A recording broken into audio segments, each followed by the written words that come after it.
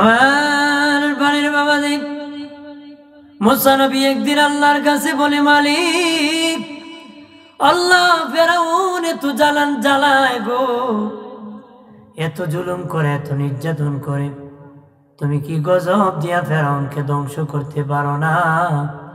আল্লাহ কে মুসা রে, আমি 3-4 কারণে ফেরাউনকে ধ্বংস করি না রে। ওই কারণে 4। 1 নম্বর কারণ, প্রতিদিন ফেরাউন বলে আমি ক্ষুধা, কিন্তু রাত যখন হয়ে যায় আল্লাহর কাছে বলে, মালিক আমি ক্ষুধা না গো, তুমি ক্ষুধা আমি জানি, কিন্তু আমার ক্ষুধা বলতে ভালো লাগে। আল্লাহ গো তুমি গুসা করিয়া এই জন্য আমার প্রতি গজব দিও না। আল্লাহ কে মুসা রে, ফেরাউনের দোয়ার কারণে আমি গজব দেই না রে। 2 নম্বর কারণ, আল্লাহ বলেন মুসা তোমার মাথায় পাগড়ি, ফেরাউনের মাথায় পাগড়ি রে, তোমার পরনে জুব্বা তার পরনে জুব্বা, তোমার মুখে দাড়ি তার মুখে দাড়ি। আমি যদি গজব দিয়া ধ্বংস করে দিই, দাড়ির বেজ্জতি হবে, পাগড়ির বেজ্জতি হবে, জুব্বার বেজ্জতি হবে। ও মুসা, দাড়ি আর পাগড়ি জুব্বার ইজ্জত রক্ষার কারণে আমি ফেরাউনকে গজব দেই না রে। 3 নম্বর কারণ, আল্লাহ বলেন এ মুসা ফেরাউনের বাড়ির মধ্যে একটা এতিমখানা আছে রে, প্রতিদিন দুপুর বেলা এতিমদেরকে ফেরাউন খাওয়ায়। দুপুর বেলা খাইয়া এতিমেরা 2 হাত বাড়ায়, আল্লাহ গো তুমি যদি গুসা করিয়া ফেরাউনকে ধ্বংস করে যাও, আমাদের এতিম রেখে খাওয়াবে? আল্লাহ গো তুমি গজব দিও না। আল্লাহ গো মুসা রে, এতিমের দোয়ার কারণে আমি গজব দিই না রে। 4 নম্বর কারণ, আল্লাহ বলেন এ মুসা ফেরাউনের একটা বিদ্যা মা আছে, প্রতিদিন ফেরাউন নিজের হাতে গোসল করায়, তৈল মাখায় দেয়, বাবাজি মাকে কাপড় চোপড় পরায় দেয়, নিজ হাতে মাকে খাওয়ায় দেয়, নিজ হাতে মাকে খাওয়ায় দেয়। তারপরে মা 2 হাত বাড়ায়, আল্লাহ গো তুমি যদি গুসা হয়ে আমার ফেরাউনকে ধ্বংস করে দাও, আমি মায়ের সেবা কি করবে? আল্লাহ কে মুসা রে, ফেরাউনের মায়ের দোয়ার কারণে আমি গজব দেই না রে। বাবাজি ও বাবাজি, এই জন্য মায়ের সেবা করা লাগবে নি, লাগবো নি। মুসা নবী একদিন বলে, আল্লাহ আমার সাথে কারে জান্নাতে রাখবা? আল্লাহ বলেন একজন নমক ব্যক্তি, কসাই ব্যক্তি তোমার সাথে জান্নাতে থাকবে। কসাই মানুষ। মুসা নবী মনে মনে কয়, যুগের পয়গম্বর আমি, আর কসাই বেটা আমার সাথে জান্নাতে থাকবে, সে কেমন মানুষ দেখি। যেতে যেতে যে বাজারে লোকটা গরু বিক্রি, কাটিয়া কাটিয়া গরুর গোস্ত বিক্রি করে, বিক্রি করতেছে একটা গোস্তের টুকরা আলাদা করে রেখেছে। বিক্রি করার পরে গোস্তের টুকরাটা তার হাতে নিছে, বাসায় নিয়ে গেছে। মুসা নবী পাছনে গিয়েছে, দেখে নিজ হাতে পিস করেছে, দৌত করে নিজের হাতে পাক করেছে, আর পাক করিয়া নিজ হাতে লোকটা মায়ের মুখে খাবার উঠে দিতেছে। আর মা খাইতেছে, আর হাত বাড়ায় কয় আল্লাহ, চিৎকার দিয়া বলেন আল্লাহ, আর জবান খুলে বলেন আল্লাহ, আর আওয়াজ করে বলেন ইয়া রাসূলুল্লাহ। ডেকে বলে, মালিক ও মালিক, আমার সন্তান আমার বড় কষ্ট করে নিজ হাতে পাকে নিজের হাতে খাওয়াইবো। আল্লাহ গো আমি দোয়া করতেছি, যুগের পয়গম্বর মুসার সাথে তুমি আমার সন্তানরে জান্নাত দিয়ে দিও। মুসা নবী কো বাবা রে, এই লোকটি মায়ের দোয়া আমার সাথে জান্নাতি হয়ে গেছে। কসাই বেটা মায়ের দোয়া যুগের পয়গম্বরের সাথে জান্নাত পেয়ে গেছে। আরো জোরে কর না সুবহানাল্লাহ। আমরা তো দোয়া না খেলি, বলে জুলুম আর নির্যাতন অত্যাচার, কথা বলেন ঠিক কিনা? আরো জোরে বলে। বন্ধনে আমার খেয়াল করেন ভালো করে, অদস্য বুজুর্গরা ভালোভাবে খেয়াল করু রে।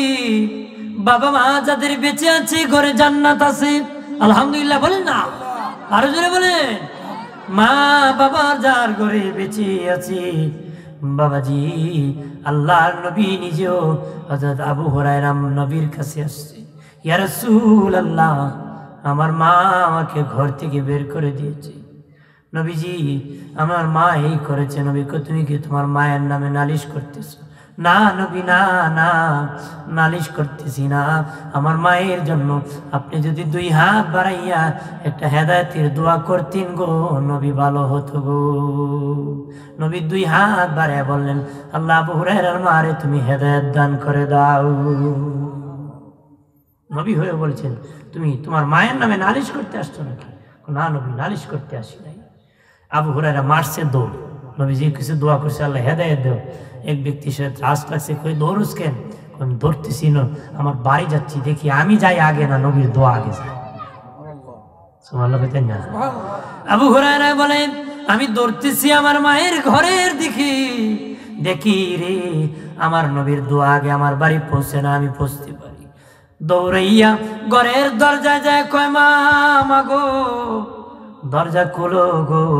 তখন মায়ের তো উত্তর দিয়েছে। আবু হুরায়রা কয়, আমার মায়ের কণ্ঠের মধ্যে আর কর্কশতা নাই, রহমতের নজর, রহমতের আওয়াজ আসছে।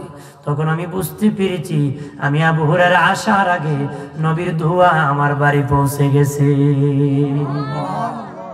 আমি আসার আগে নবীর দোয়া আমার বাড়ি পৌঁছে গেছে।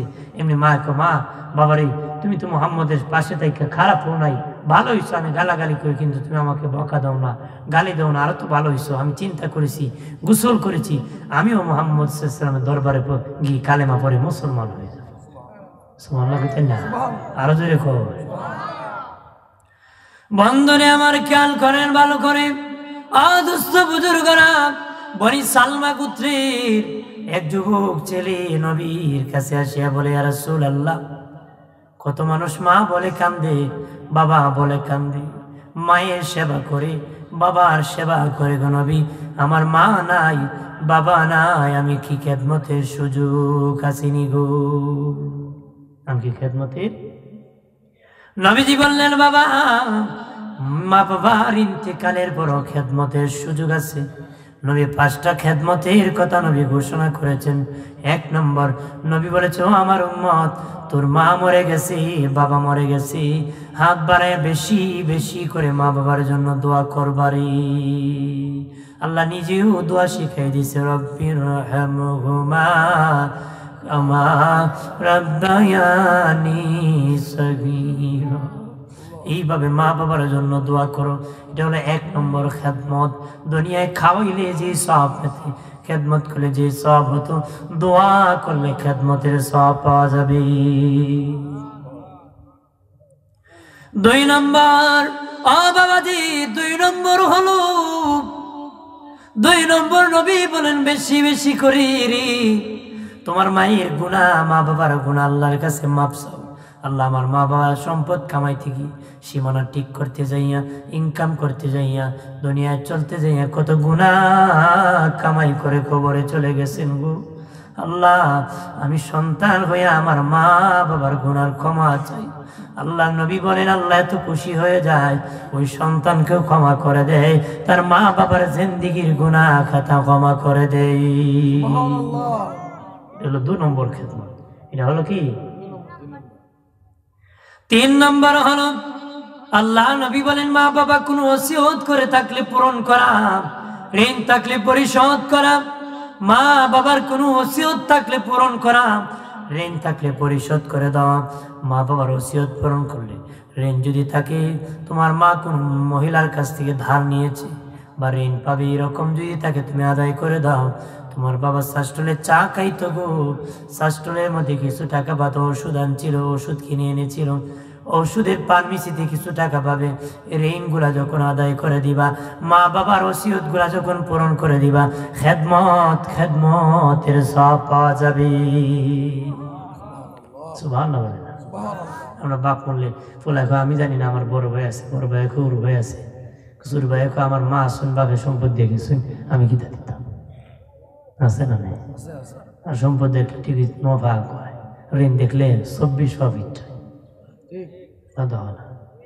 টাকা দেখলে মানুষ এত বেসা চিন্তা করে না যে আমি একদিন বাপ হবো মা হবো, এই চিন্তা তার নাই। মানুষ সামনে চিন্তা করে না, অতীত ভুলে যায়। কালে উপস্থিত দেখছে খুব মোড়া দেয় কথা, হ্যাঁ শেষ করে কিন্তু সামনে দিন এক মাকে শীত জানা কি কয় মানুষ, মাঘের পর মাঘ আছে, গরমের পর গরম আছে, ঠান্ডার পর ঠান্ডা আছে, বাঘের পর টাক আছে, আছে না? মগের মূল্য তো মগের মূল্য না, চান নাই। আল্লাহর আদালতের বিচার হবে একদিন, হবে না?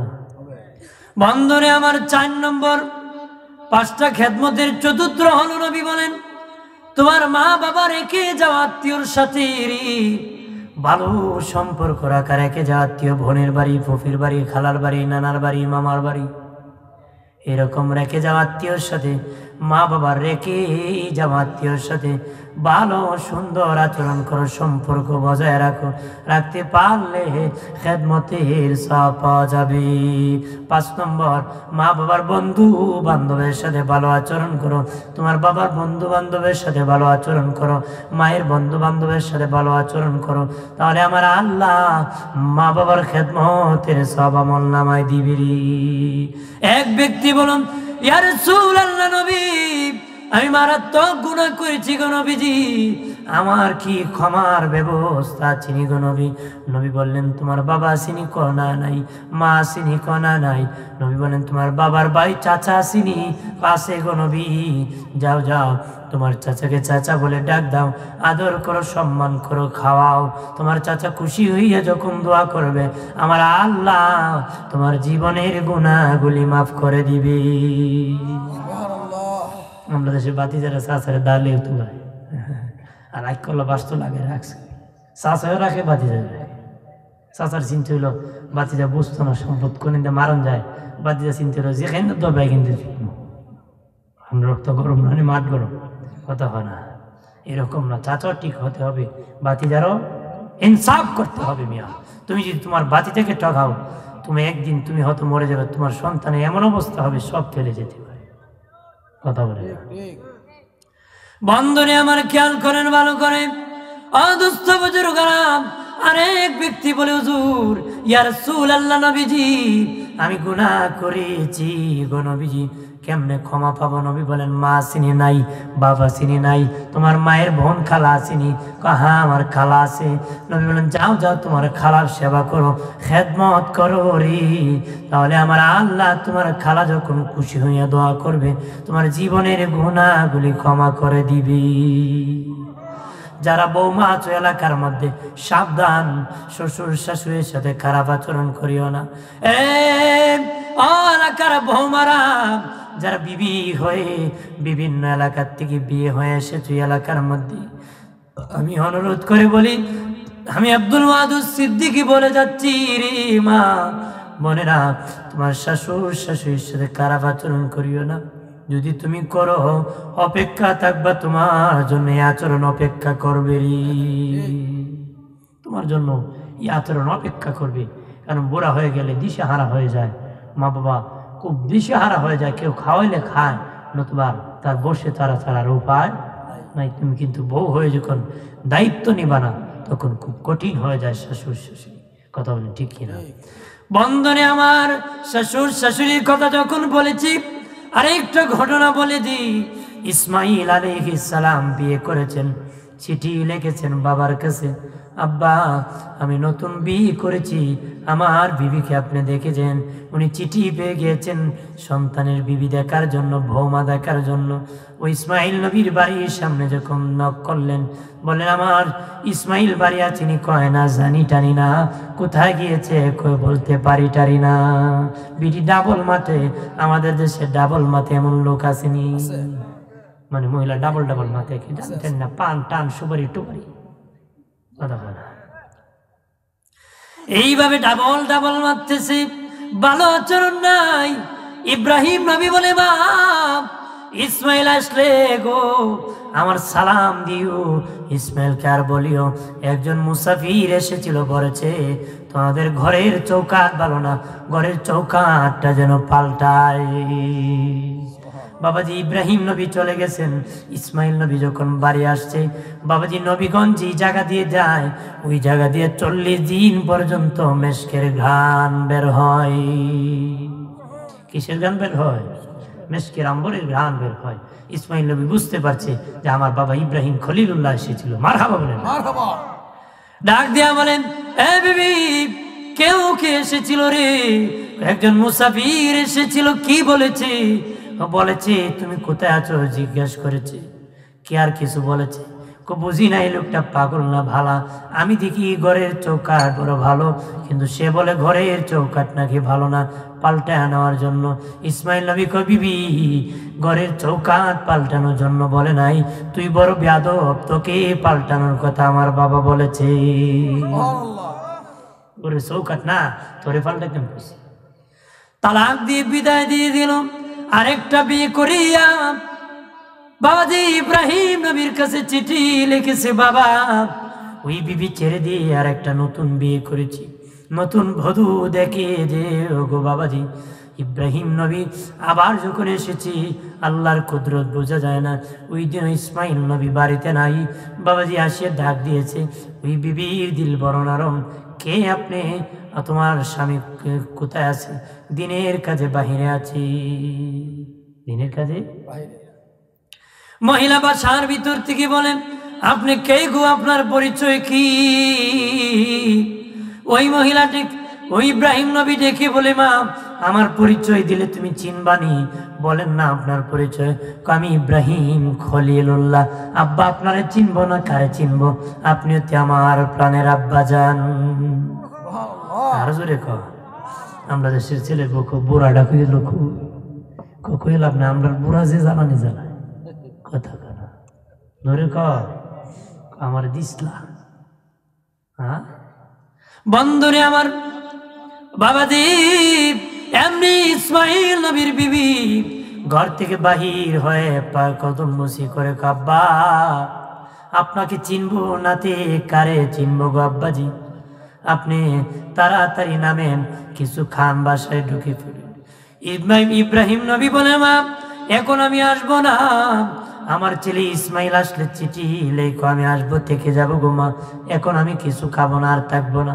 যখন কোন রকমে আটকাতে পারে না, এবার ইসমাইল নবীর বিবি বলে, বাবা যেহেতু চলে যাবেন, ছেলেকে নিয়ে মাকাম ইব্রাহিমে দাঁড়াইয়া কাবা ঘর নির্মাণ করেছ গো, একটু যদি মেহেরবানি করে ওই ইব্রাহিম মাকামে ইব্রাহিমের মতো একটু উপরে দাঁড়াইতেন, আমি একটু পানি দিয়ে আপনার পা মুবারক পরিষ্কার করে দিতাম, ধুয়ে দিতাম, আমার মাথা কে দিয়ে আপনার পাটা মুছে দিতাম।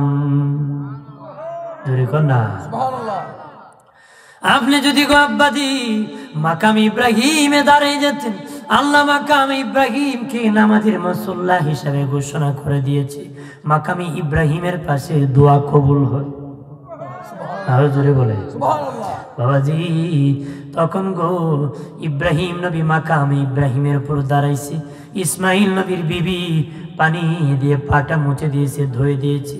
মাথার কেশ যখন লাগাইতে যাবে, ইব্রাহিম নবী বলে, মা তোমার চুল দিয়ে আমার পা মোচা লাগবে না, আমি ধরে নিলাম, তুমি পরিষ্কার করে দিয়েছো। মা চলে যাই রে, তবে আমার বাবা ইসমাইল আসলে বলিও এবার চৌকাঠ বড় ভালো যেন না পাল্টায় রে। বাড়ি ফিরার পরে ইসমাইল নবী বুঝতে পেরেছেন যে মেশকের ঘ্রাণ বের হইতেছে। বিবি কেউ কি আসছিল নাকি? ইসমাইল নবী ভয় পেয়ে গেছে, আবার না জানি কি হয়ে যায়। বিবি আসছে না, খা আব্বা এসেছিল, ইব্রাহিম খলিলুল্লাহ কি বলেছে? কয় মাকামে ইব্রাহিমের উপর দাঁড় করে পা মুছে দিয়েছি, চুলের কেশ দিয়ে মুছতে চেয়েছিলাম কিন্তু দেন নাই, আর আমার মাথার মধ্যে হাত বুলাইয়া বাবা ইব্রাহিম দোয়া করে দিয়েছে, বলেছে মা আমি দোয়া করে যাই তুমি আমার ছেলে নিয়ে সুখে থাকবারে মা। মারি আমার বাবা ইসমাইল আসলে বলিও ঘরের চৌকাঠ বড় ভালো যেন না পাল্টায়। ইসমাইল নবী কো বিবি কপাল লাগছে, ঘরের চৌকাঠের কথা কয় না, তুই ভালো বলছি, আমরা দুইজনে একসাথে জিন্দেগি কাটায় দেই। সুবহানাল্লাহ বলেন। এই জন্য বৌমা যারা আছেন আপনারও ভালো, যারা শ্বশুর শাশুড়ি আছেন আপনারও ভালো, নিজের মেয়ে 14টা খাইলেও মেতা হয় না, ফুলার বুঝি 2টা খাই, ওরটা খাইতো তো তুই খাওয়াই তো কেটা? হ্যাঁ, অনেক মা আছে মেয়ে যদি সব খেয়ে ফেলে বাধা নাই, কিন্তু ছেলের বুঝি 3 জাত খায়, ও খাইবো, খাই লিতেছে, আমার ফুলারও খাইব, আমারও খাইছে, ফুলারও খাইব। এই বিবি তোমার খাওয়াইব, তুমি তো কইতে মা খাও। আলোচনা সাপেক্ষে বলতে পারো যে একটু আমরা রুটিনে আসি, রোলে আসি, এরকম কথা বলে খেয়ে খাও, তোমার ব্যাপারে নিজের বেলায় নেও না। এই জন্য যারা শাশুড়ি আছেন আপনারা ভালোবাসা বাড়ান, যারা শ্বশুর আছেন ভালোবাসা বাড়ান, যারা বৌমা আছেন আপনারা ভালোবাসা বাড়ান। চালাক হন, চালাক চালাক হলে উভয় খাইতে পারে, উভয় যদি চালাক হয়। যদি এক জায়গায় শ্বশুর কয় শাশুড়িকে বউ বেশি খায়, বউকে শাশুড়ি বেশি খায়, লাগছে ঝগড়া, 3 দিন ধরে পাক টাক বন্ধ হয়ে গেছে, খাওয়া দাওয়া কি বন্ধ। 3 দিন পরে শাশুড়ি আর ভালো লাগছে না, কি করছে, নিজেই ভাত তরকারি পাকাইছে, প্লেটে রইছে, লইয়া কয়েকজন যে পাখের ঘরে খাই, কোন শর্মে খাই, ফুলার বউ 3 দিন ধরে খায় না, কি করবো, কোথায় পাশে ফাট খেত আছে, ফাট খেতে আইলে বইয়ে খাই, মহিলা গেছে ফাট খেত, ফুলার বয় দেখে পাক টাক করা আছে, ভাত তরকারি, আমিও খাইলিব, তো প্লেটে লইছে তরকারি ভাত লইয়া কই কেন যদি খাই, যে জল লাগ শাশুড়ি ওতাই লিব, কোথায় ফাট খেত, ওইটা চলে গেছে পাট খেত, খালি ঢুকছি দেখে শাশুড়ি বসে বসে খায়, সমস্যা হয়েছে সরাসরি না, এখন তো সর্বনাশ, আরেক যুদ্ধ ভাসবো। বউ খুব চালাক আছে, চালাকি করে আম্মা আপনি 3 দিন ধরে খান না, তোরা ভাত নিয়ে আসছে, এই জন্য আপনার জন্য এক্সট্রা ভাত আর তরকারি নিয়ে আসছে। শাশুড়ি কো আমার বউ তো ভালা, 3 দিন ধরে খায় না, এরপর নিজেকে না খায় আমার লিয়েছে, মা গো তুমি খাও, জনমের খানি খাও, সব খাও, আমার বাধা নাই, আমার কি না বাধা নাই, তাতে আমার কোনো সমস্যা নাই, খাওয়ার মতন খাও। এই জন্য সবই ভালো হতে হবে, উভয় কি ভালো হতে হবে, নিজের নজরটা ভালো করে দিতে হবে, এই দেশে শান্তি প্রতিষ্ঠিত হবে। কথা বলেন ঠিক কিনা? বলেন ঠিক কিনা?